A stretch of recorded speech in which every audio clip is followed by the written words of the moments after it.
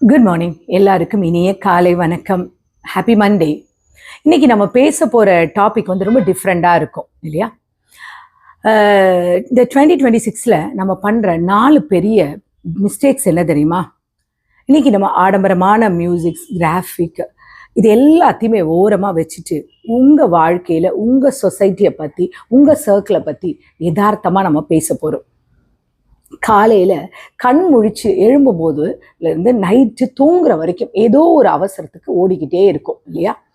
ஆனால் நம்ம வாழ்கிற இந்த 2026 நம்மளை சுற்றி நம்ம கவனிக்க மறந்த சில ஆபத்துக்கள், சில விசித்திரமான மாற்றங்கள் நடந்துக்கிட்டு தானே இருக்குது இல்லையா? நம்ம கண்டுபிடிக்க முடியாமல் நம்ம நிஜ வாழ்க்கையோட கனெக்ட் ஆகிற இந்த சொசைட்டியில் பெரிய ஒரு தாக்கத்தை ஏற்படுத்துகிற ஒரு 4 அதாவது 4 இம்பார்ட்டன்ட் விஷயத்தை நம்ம பேச போகிறோம்.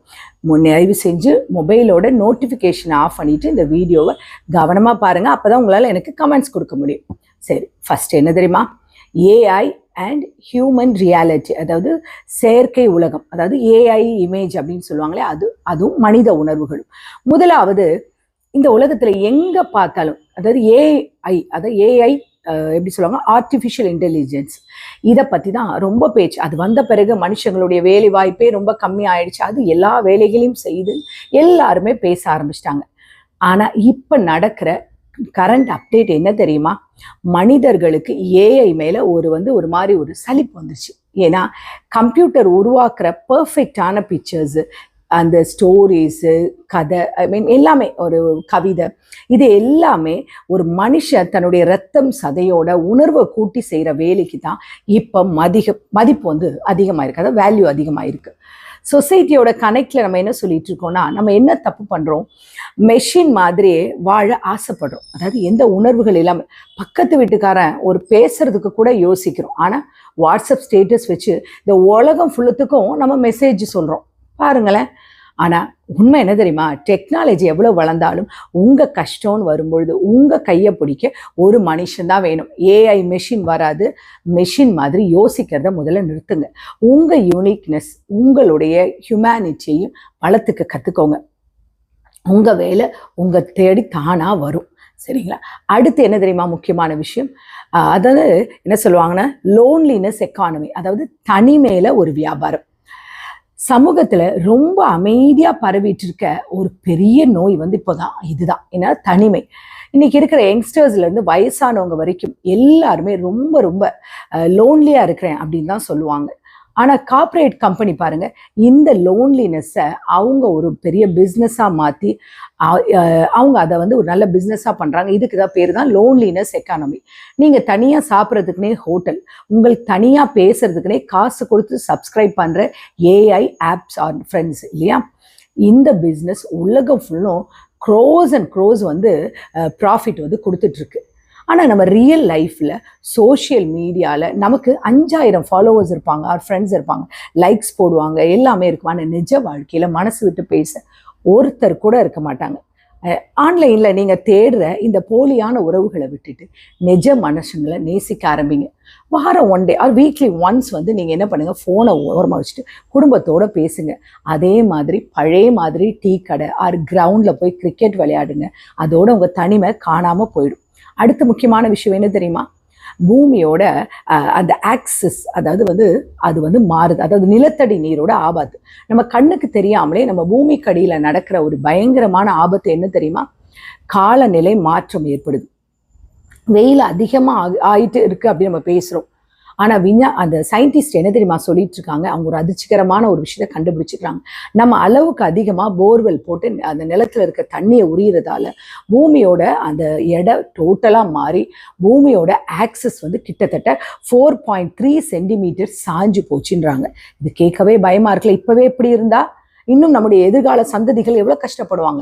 இதனால என்ன ஆகுது? மழை பெய்ய வேண்டிய காலத்தில் வெயில் வருது, வெயில் வர வேண்டிய காலத்தில் வெள்ளம் வருது.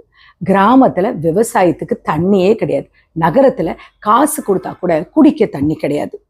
ஆனால் நம்ம இன்னமும் என்ன பண்ணுறோம், காரை கழுவுறதுக்கும் பைப்பை மூடாமல் தண்ணியை திறந்து விட்டு வீணாக்கிட்டு தான் இருக்கோம். அதை பற்றி யோசிக்கிறதே கிடையாது. எவனுக்கு எது இல்லைன்னா இல்லை, நமக்கு இருக்குல்ல அது போதும்னு யோசிக்கிறோம்.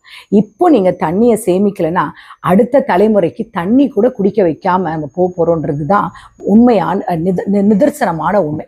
அடுத்த ஒரு விஷயம் என்ன தெரியுமா, டோபமைன். அதாவது ஒரு விதமான அடிமைத்தனம். அதாவது எப்படி சொல்ல, இது ரொம்ப ஒரு இம்பார்ட்டன்ட். இது எப்படி சொல்றதுன்னா, நம்ம ஒவ்வொருத்தருடைய மொபைல் ஆர் ஏதாவது ஒரு கேஜெட் சம்மந்தப்பட்டது. காலையில் நம்ம கண்ணு முழிச்ச உடனே பெட்ல இருந்து எழும்புறதுக்கு முன்னாடி முதல்ல நம்ம ஃபோனை எடுத்து என்ன பண்ணுறோம், இன்ஸ்டாகிராம், யூடியூபு, அப்புறம் ஃபேஸ்புக், இதில் வர ரீல்ஸு, காசிப்ஸ் இதை பார்க்குற பழக்கம் இருக்கா?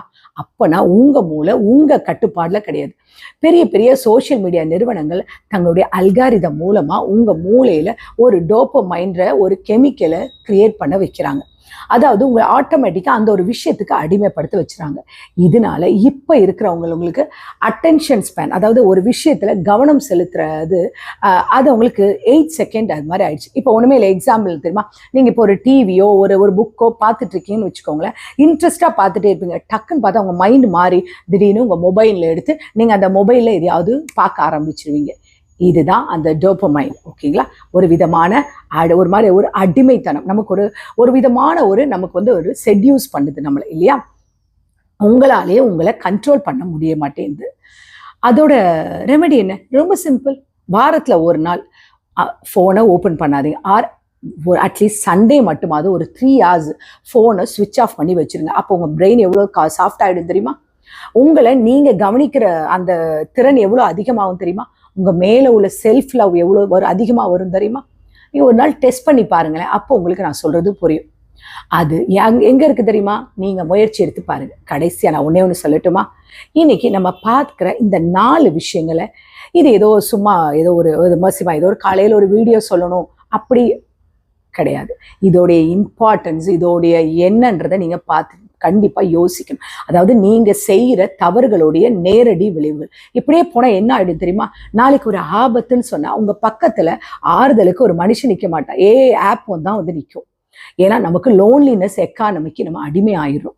புரியுதா? குடிக்க தண்ணி இல்லாமல் காசு வச்சிருக்க பணக்காரங்களும் காசு இல்லாத ஏழைங்களும் ஒருத்தருக்கு ஒருத்தர் சண்டை போட்டுக்கிற அளவுக்கு அந்த காலமோட தூரத்தில் இல்லை. ஏன்னா நிலத்தடி நீரை நாம காலி பண்ணிட்டோம்னா எல்லாத்துக்கும் மேலா நம்மளுடைய சுய சிந்தனைன்னு ஒன்று இருக்கு இல்லையா, அதை இழந்துட்டு மொபைல் ஃபோன் ஸ்க்ரீன் வேறு ஏதாவது கேஜெட்ஸ் முன்னாடி நம்ம ஒரு என்ன சொல்ல ஒரு டாய் மாதிரி நின்றுட்டு இருக்கோம் இல்லையா? எங்கே என்ன நடக்குது ஏது நடக்குதுன்னு ஒரு அடிமை மாதிரி அறிட்டோம். இனிமே என்னதான் செய்யணும்? மாற்றத்தை நீங்கள் இன்னைக்கே உங்ககிட்ட இருந்து ஆரம்பிங்க. அதை பார்த்தா ஒருவேளை உங்கள் குழந்தைகிட்டையும் மாற்றம் வரும். கண்டிப்பாக அம்மா அப்பா என்ன செய்கிறாங்களோ அதுதான் குழந்தைகள் பார்க்கும். போலி உலகத்தை விட்டுருங்க. வாரத்தில் ஒரு சில மணி நேரங்களாவது டிஜிட்டல் உலகத்தை விட்டு வெளியே வந்து நிஜ மனிதர்களோட பேசுங்க, நிஜ உணர்வுகள் கிட்ட பேசுங்க. உங்களுக்கு அழுக வருதா அழுங்க. அடுத்தவங்களுடைய காசிப், அடுத்தவங்களுடைய குடும்ப விஷயங்கள், இதெல்லாம் இந்த ஒன்றுத்துக்கும் உப்புச்சப்பு இல்லாத விஷயங்கள் எல்லாம் பார்த்துட்டு உங்களுடைய மனசையும் உங்களுடைய நேரத்தையும் வேஸ்ட் ஆக்காமல் உங்களுடைய நிஜ உணர்வுகளை உங்கள் குடும்பத்தில் உள்ளவங்ககிட்ட டைரெக்டாக பிரதிபலிக்க கற்றுக்கோங்க. இயற்கையை மதிக்க கற்றுக்கோங்க. ஒரு சொட்டு தண்ணியை கூட வீணாக்காதீங்க. ஏதாவது ஒரு மரத்தையோ இதை வச்சு அந்த ஒரு சொட்டு தண்ணி அந்த மரத்துக்கு போச்சுன்னா நாளை பின்ன உங்க சந்ததிகள் அந்த மரத்தால் வர பயனை அனுபவிப்பாங்க. மெஷின்களால் செய்ய முடியாத அன்பு காட்டுற கிரியேட்டிவாக யோசிக்கிற உங்கள் மனசில் உள்ள உணர்வுகளை அதிகப்படுத்துங்க. எல்லாத்துக்கும் மெஷினை தேடிட்டே இருக்காதீங்க. புரியுதா? நீங்கள் மெஷின் இல்லாத ஒரு உலகத்தில் இருந்தீங்கன்னா, அதாவது நம்ம அம்மா அப்பாலாம் வாழ்ந்திருப்பாங்களே, அரைக்கிறதுலேருந்து செய்கிறதுலேருந்து சமைக்கிறதுலேருந்து, அப்போ இருந்த சந்தோஷம் இப்போ உங்ககிட்ட இருக்கா? அந்த மூமெண்ட்ஸை நீங்கள் நினச்சி பாருங்கள். அதை உங்கள் குழந்தைகளுக்கும் சொல்லிக் கொடுங்க. இந்த மாதிரி ஒரு சூழ்நிலை வந்தால், இந்த ஒரு சிச்சுவேஷன் வந்தால் நீங்கள் எப்படி உங்கள் எதிர்காலத்தை ஃபேஸ் பண்ணணுன்றதை சொல்லிக் கொடுங்க. புரியுதுங்களா? மனித தன்மை இன்னும் அதிகமாக, அதாவது ஹியூமனிட்டி அதிகமாகணும். தொழில்நுட்பம் நமக்கு அடிமையாக இருக்கணும் தவிர நம்ம அதுக்கு அடிமையாகிடக்கூடாது. இனிமேலாவது விழிச்சுக்கோங்க. நிஜ உலகத்துக்குள்ளே வாழ்கிறதுக்கு முயற்சி பண்ணுங்க. மனுஷங்க கிட்ட எப்படி சொல்லுதுன்னா, மனம் விட்டு பேச கற்றுக்கோங்க. உங்கள் உணர்வுகளை மெஷின் மூலமாக இல்லை வாட்ஸ்அப் மூலமாக இல்லை ஏஐ கிரியேட் பண்ணுற ஏதாவது ஒரு இமேஜ் மூலமாக ஒரு கார்ட்டூன் மூலமாக உங்களுடைய லவ்வையோ அதெல்லாம் அதெல்லாம் வச்சு காட்டாதுங்க. இன்னும் இப்போ புதுசாக வந்திருக்கு பாருங்க, நம்ம வந்து நம்மளை வேற மாதிரி காட்டுறது, அப்படி காட்டுறது, அதெல்லாம் காட்டாதீங்க. நிஜ அன்பை, நிஜ வழியை, நிஜ உணர்வை நிஜமாக பிரதிபலிக்க கற்றுக்கோங்க. இனிமேலாவது விழிச்சுக்கோங்க, புரியுதுங்களா? இந்த வீடியோ கண்டிப்பாக உங்கள் மனசை தொடும். நம்ம வீட்டில் கண்டிப்பாக ஒரு ஆள் இதை மாதிரி இருப்பாங்க, ஏன்னா அது இல்லாமல் இருக்கவே மாட்டாங்க. இந்த மாதிரி விஷயங்களை பண்ணுற அவங்கக்கிட்ட சொல்லுங்கள். சொல்லி அவங்க கிட்ட இருந்து ஒரு மாற்றம் வரட்டும். ஒருத்தராக மாறினா போதும். இந்த சொசைட்டியில் ஒரு சேஞ்சஸ் கண்டிப்பாக வரும். அதுக்காக சயின்ஸ் மாற்றங்கள் நான் குறைன்னு சொல்லலை. சயின்ஸ் மாற்றங்கள் நல்லது தான். அந்த சயின்ஸ் மாற்றங்களை அளவோடு வச்சுக்க கற்றுக்கோங்க. எந்த விஷயத்தையும் வீட்டுக்கு வெளியே வச்சுக்கோங்க, வீட்டுக்குள்ளே கொண்டு வராதிங்க. நல்ல விஷயங்களை பேசுங்க, நல்ல விஷயங்களை செய்யுங்க, நல்ல விஷயங்களை சொல்லுங்க.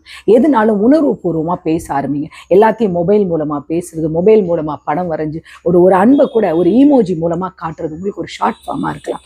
அது கிடையாது. உங்களுடைய அன்பு ஆப்போசிட்டில் இருக்கிறவங்களுக்கு தெரியணும். உங்களுடைய கோபம் ஆப்போசிட்டில் இருக்கிறவங்க தெரியணும். நல்லதோ கெட்டதோ பேசுங்க. ஒரு இக்கட்டான சமயத்தில் துணைக்கு நிற்க கற்றுக்கோங்க. ஏன்னா அந்த காலத்தில் அந்த சமயத்தில் வந்து ஏஐயோ இல்லை வந்து வேறு ஏதோ ஆப்புங்களோ இல்லை வேறு ஏதோ வந்து நின்னா நம்முடைய உணர்வுகளை அது உணர்ந்துக்க முடியாது. அந்த தன்மை இருக்காது. ஏன்னா அங்கே பேசுறது ஏஐயால் கிரியேட் பண்ணப்பட்ட ஆணோ பெண்ணோ. ஸோ அதனால இனிமேலிருந்து இந்த மாய உலகத்துலேருந்து கொஞ்சம் கொஞ்சமாக வெளியே வாங்க. அதுக்காக இது யூஸ் பண்ணாமல் நம்மளால் வாழ முடியாது. இது கண்டிப்பாக தேவை. பட் அனாவசியமான விஷயங்களுக்கு டைம் ஸ்பெண்ட் பண்ணுறோம் இல்லையா, அதுக்கு பதிலாக அழகாக ஒரு பேப்பர் எடுத்து கிரியேட் பண்ணி அழகாக ஒரு படம் வரைஞ்சி உங்கள் உணர்வுகளை காட்டுங்க. அழகாக சமைச்சு உங்கள் கணவர் மேலே உள்ள அன்பை காட்டுங்க. அழகான பொருட்களை வாங்கி கொண்டது உங்கள் மனைவி கிட்ட நான் உன்னை எவ்வளவு நேசிக்கிறேன் ஒரு பூ கொடுத்து கூட அது ஒரு அந்த உணர்வை பிரதிபலிங்க. ஒரு பொம்மை மூலமாக பூ கொடுக்கறத விட உங்கள் கையில் ஒரு பூவை கொடுத்து உங்கள் அன்பை பிரதிபலிங்க. அதுதாங்க இந்த உலகத்தில் ரொம்ப தேவை. ஏன்னா ரொம்ப உலகமே ரொம்ப சின்னதாக இருக்குல்ல. வாழ்க்கை ஒவ்வொரு சமயமும் ஒவ்வொருத்தருக்கும் ஒவ்வொரு விதமான போராட்டத்தில் இருக்குது. இன்றைக்கி என்ன நடக்குமோ தெரியாமல் ஒரு நாளை நம்ம ஆரம்பிக்கிறோம். அப்படி இருக்கும் பொழுது இந்த உலகத்தில் நம்மளுடைய உணர்வுகளை நிஜமாக அன்பாக பிரதிபலிப்பு கற்றுக்கோங்க. தாய் தகப்பனா அன்பாக போய் பார்க்க கற்றுக்கோங்க. உங்களுடைய ஒவ்வொரு செகண்ட் நேரத்தையும் அதிகமாக உணர்வுகளுக்கு மதிப்பு கொடுத்து ஹியூமனிட்டியை கண்டிப்பாக வளர்த்துக்கோங்க. இந்த நாள் உங்களுக்கு இனிய நாளாக இருக்கணும் கடவுளை வேண்டிக்கிறேன். Take care, bye, love you all.